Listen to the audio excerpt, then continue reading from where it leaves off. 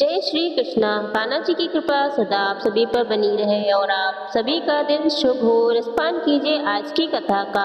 इससे पहले के अध्याय में आपने सुना था सूर्य भक्तों राजा सत्यजीत की कथा के बारे में। आज के अध्याय में आप सुनेंगे भोजन को उत्पत्ति और उनके लक्षणों के बारे में। अरुण ने पूछा है, भगवान यह भजन कौन है, किसका पुत्र है, ऐसा कौन सा उत्कर्म है किया है जिस कारण ब्रह्मांड आदि वर्णों को छोड़कर आप इसका इतना अनुग्रह कर रहे हैं, कृपया कर मुझे इसके बारे में भी बताइए।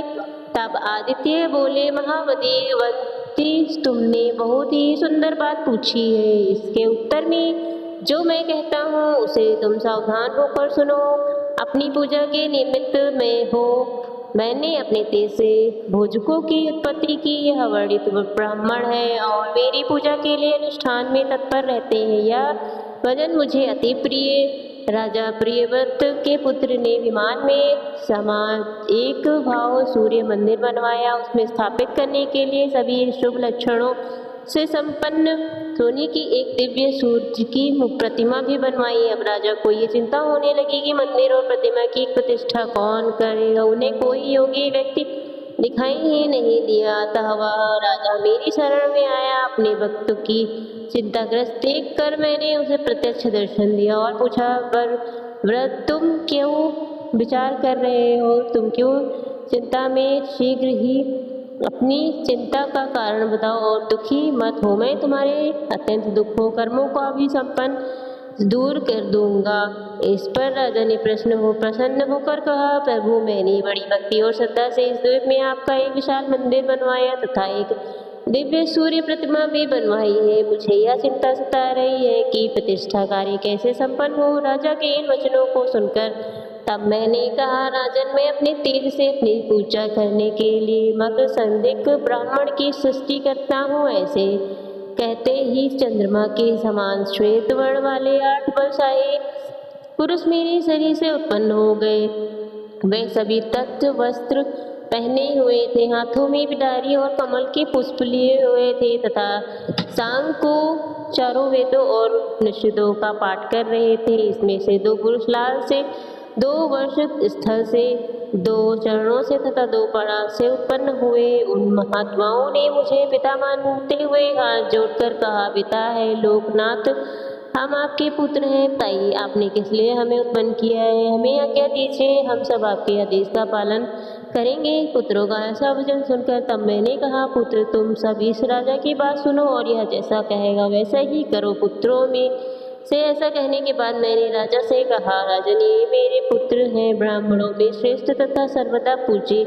मेरी प्रतिष्ठा करने के लिए ये सर्वप्रथम योगी भी हैं। इन्हीं से प्रतिष्ठा करवा लो। मंदिर की प्रतिष्ठा कराकर मंदिर इन्हें समर्पित कर देना।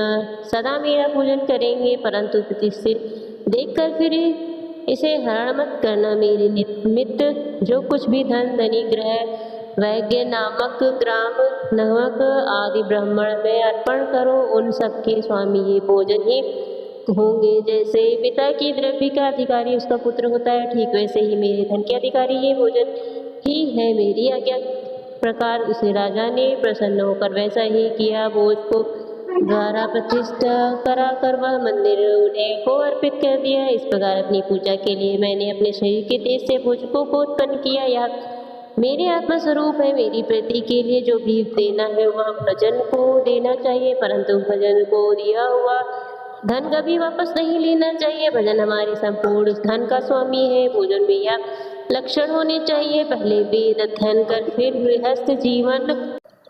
गृहस्थ जीवन में प्रवेश करे, नित्य नित्य काल स्नान करे, दिन रात में 5 कृतियां द्वारा मेरा पूजन करे, वेद ब्राह्मण और देवताओं की कभी निंदा नहीं करे, नित्य हमारे सम्मुख शंकर ध्वनि करे। 6 महीने पुराण सुनने से जैसी प्रसन्नता मुझे होती वैसी प्रीति केवल एक बार शंकर ध्वनि श्रवण करने से ही हो जाती है। इसलिए भजन को पूजन में नित्य शंकर बजाना चाहिए कहलाने वे सदा मग का ध्यान करते हैं, इसलिए मगध कहीं जाते हैं।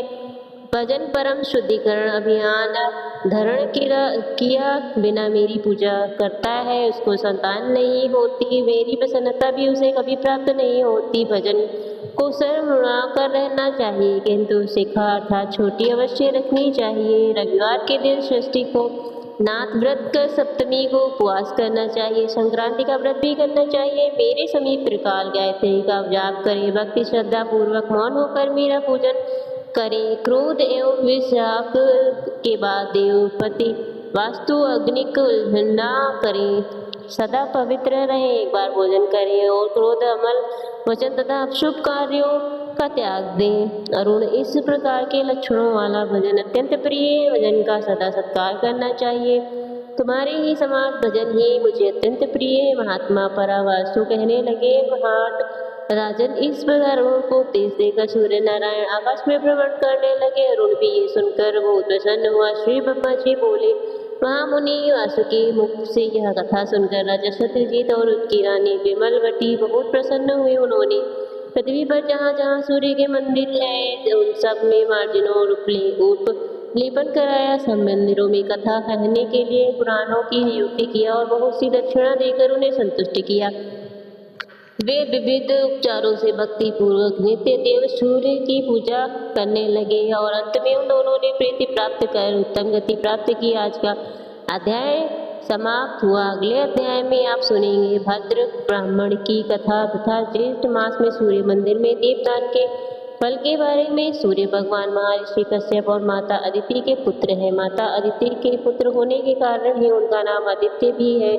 वेदों के अनुसार भगवान सूर्य देव को जगत की आत्मा कहा जाता है। पृथ्वी पर जीवन होने का सबसे बड़ा कारण सूर्य देवता को ही माना जाता है। सूर्य देवता को एकमात्र प्रत्यक्ष देवता के रूप में भी पूजा जाता है। वैदिक काल में भी सूर्य भगवान को जगत का कर्ता माना गया है। तो आइए जानते हैं हमारे देश में सूर्य देवता के मंदिर कहाँ कहाँ पर स्थित है। पहले सूर्य मंदिर है उन्नाव में, मध्य प्रदेश के उन्नाव में स्थित यह मंदिर भगवान सूर्य को समर्पित है। यह मंदिर कितना प्राचीन है इस बात का पता चलता है कि यह मंदिर 2000 वर्ष पुराना है। यहाँ पर भगवान सूर्य की पत्थर की मूर्ति बनी है और इस मूर्ति पर काल धातु की परत चढ़ी हुई है।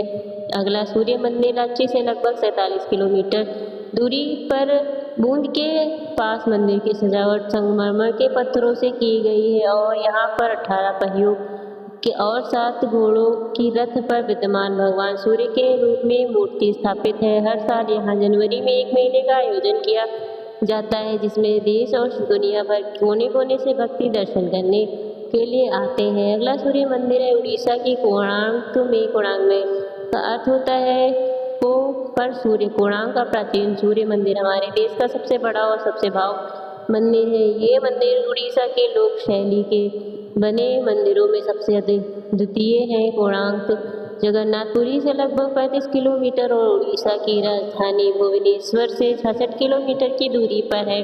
सूर्य देवता के विशाल रथ के रूप में निर्मित इस मंदिर को पत्थर के साथ घोड़े खींचते से प्रतीत होते हैं। मंदिर के आधार भाग में सूरज के रथ के समान 24 विशाल अलंकृत पहिए बने हैं। ये मंदिर विश्व की विरासत सूची में शामिल है। कोणार्क सूर्य मंदिर आज केवल पुरातात्विक धरोहर है और यहाँ पर पूजा नहीं की जाती। अगला मंदिर है अनंतनाग का मार्तंड मंदिर जो कि जम्मू कश्मीर में है। ये मंदिर जम्मू कश्मीर के अनंतनाग से लगभग 8 किलोमीटर की दूरी पर है और इस मंदिर का केवल भगाना अवशेष बाकी है। इस मंदिर का निर्माण कर कोट वंशी शासन महाराज ललितादित्य गुप्त पेड़ ने 8वीं शताब्दी में कराया था और 700 साल बाद 15वीं सदी में कश्मीर के कतर मुस्लिम शासक सिकंदर बख्शी ने इस अनोखे मंदिर को ध्वस्त करा दिया था।